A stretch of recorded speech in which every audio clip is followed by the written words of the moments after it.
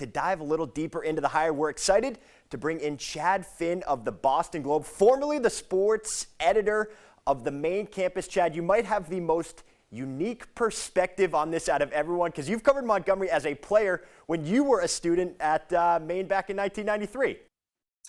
I did, yeah, the 92-93 Maine team that's 42-1-2 and a part of college hockey lore.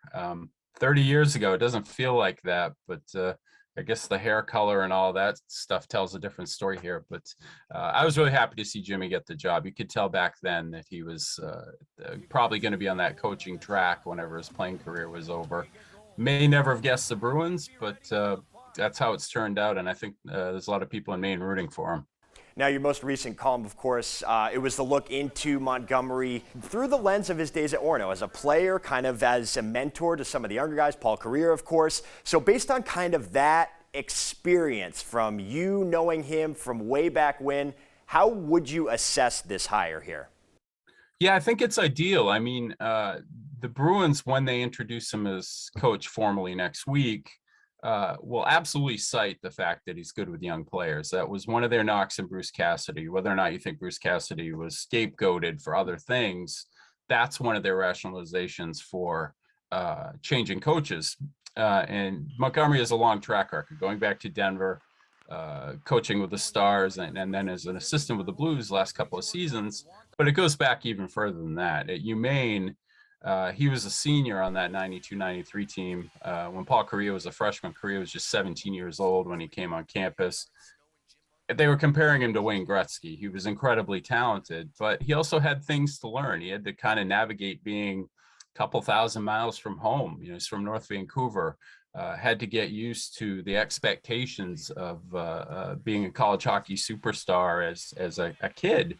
And Montgomery, more than anybody else, helped him with that, to the point that when Kariya won the Hobie Baker Award after his 100-point freshman season, first thing that Paul did when he received the award, Montgomery was sitting on the podium with him, and he thanked him for everything that he did for him that year. So Montgomery's track record with young players goes back a very long way.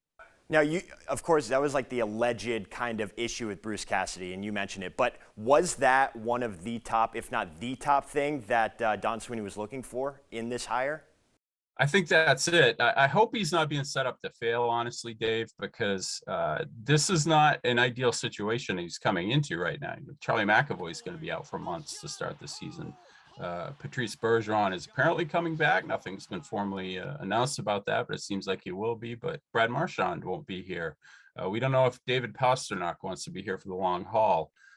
So there are a lot of things that Montgomery's going to have to navigate that Bruce Cassidy didn't have to navigate with a veteran team these last couple of years. I wanted to pick your brain a little bit because 30 years ago, I'm sure you have some stories, maybe some memories of that 93 season traveling with them.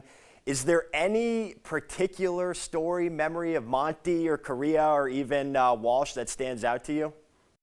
Yeah, the Walsh one, I mean, I was so fortunate to cover him as a young reporter because he was brash, he was accessible, he would say anything, and he would give you the time of day as a young reporter, which is really all you're hoping for. It was a journalistic lesson every day. But I remember one time I referred to him in the main campus newspaper as a snake oil salesman, that the kind of a con artist.